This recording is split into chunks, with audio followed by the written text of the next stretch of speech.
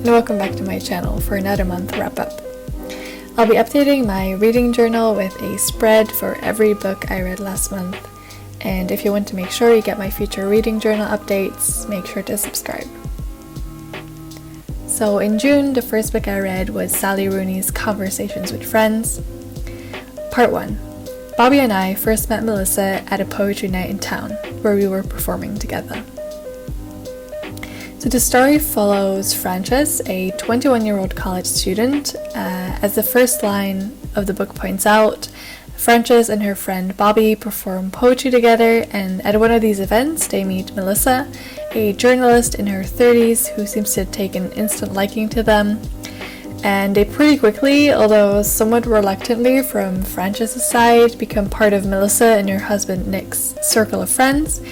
And then from there we follow the unfolding of friendships, jealousy, and just the general complications of Frances's life.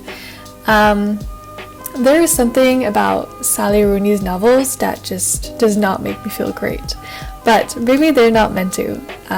The story is very much focused on the different relationships in Frances's life, and it takes us through issues she encounters in a very unmitigated way. The characters in this book are rather self-destructive, which at times left me feeling very helpless and in desperate need of being in control. So you won't necessarily be rooting for the people in this book, but I think it's refreshing to read a book so realistic about what it's like to be entangled in the different relationships portrayed in this book. So it's not a traditional love story, if a love story at all, and it's not packed with plot. But it will make you stop and reflect on your own relationships and your behavior and communication in them, because this book is really about the conversations that should have been had. So I gave this book 4 stars in the end, because I think it's really well written and it really makes you think about stuff afterwards. For the spread, I took inspiration from the dark academia vibes that this book gives off. I also saw a lot of this line face art, if that's even what you call it. And when I saw this one that had 4 faces tangled together, I thought it was absolutely perfect for representing this book, so I tried to somewhat recreate it. I will leave the link to the original art piece in the description box below.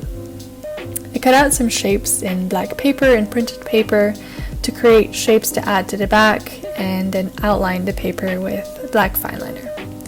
And on the right, I used some wine-stained paper, which I also thought was very fitting for this book and its setting. And then I wrote a short review on top and cut out some similar shapes for the back.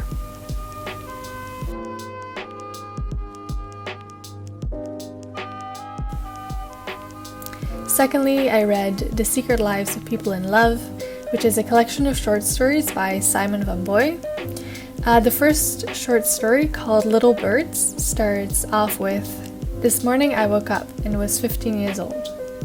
Each day is like putting on a new coat over all the old ones. Sometimes I reach into the pockets of my childhood and pull things out." Which I thought was a really nice quote, and I also ended up including it in the spread. The stories are set in Kentucky, New York, Paris, Rome, and Greece, and Simon van Boy's elegant prose touches on themes of love, loss, and loneliness. And some of these stories are absolutely stunning. Some of my favorites include Little Birds, Apples, and Everyday Things, but others didn't really move me at all, and I actually took some issue with some of them as well. But I did think the writing was really beautiful, so I might give his other collection of short stories a go. For the spread, I really went for a full scrapbook look. I used the printout of a map as well as an envelope, which I put a paper with a review in. On the right, I used a Polaroid and more of the map, and then wrote out the quote from Little Birds. And I thought it really reflected the different stories in all these different locations, in these different lives. And the envelope with the little letter is kind of in reference to the secret love letters, which I thought all really fitted for this book.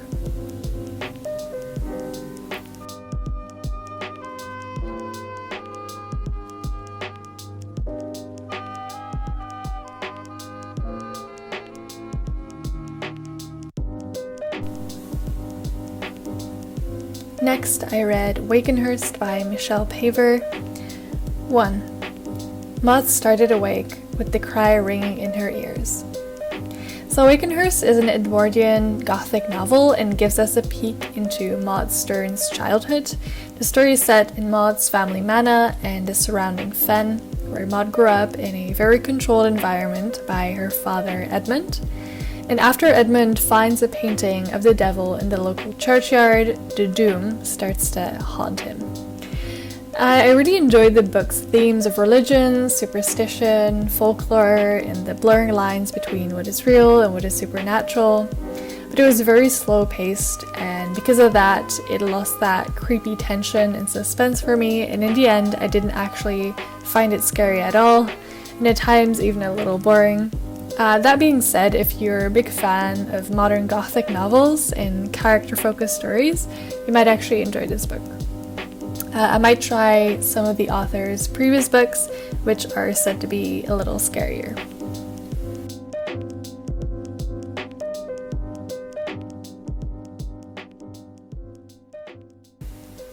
For the spread, I really focused on the fen and the idea that it was creeping into the manor, and I cut out some gravestone shapes to pop out of the fen and drew some crosses. And then I wrote out the title in a creepy-ish font, and then wrote down the review with a kind of strange alignment, all of this just to portray the kind of vibe of the book.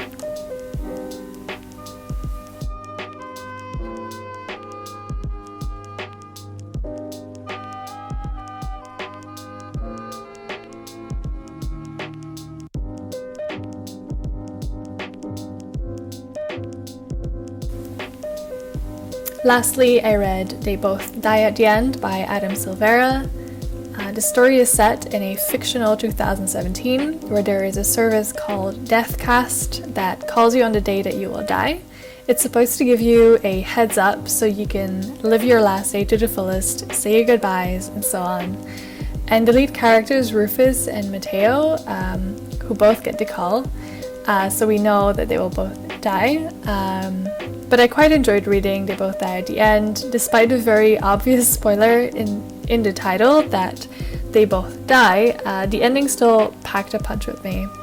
I did wish the middle had something more to it. It didn't quite move me all the way through. It was actually a surprisingly easy read for a story about two 18-year-olds dying, and I just wish it went a little deeper. But overall, a very enjoyable read.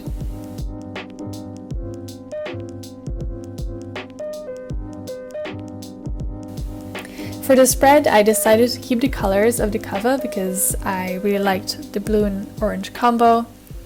I thought the concept of the Last Friend app in the book was really great, and I think if we actually had a service that gives us a 24-hour heads up, we would definitely have an app like this. It basically allows you to pair up with someone to spend your last day before you die. And I thought it was a cool concept, so I used it as the main idea for this spread.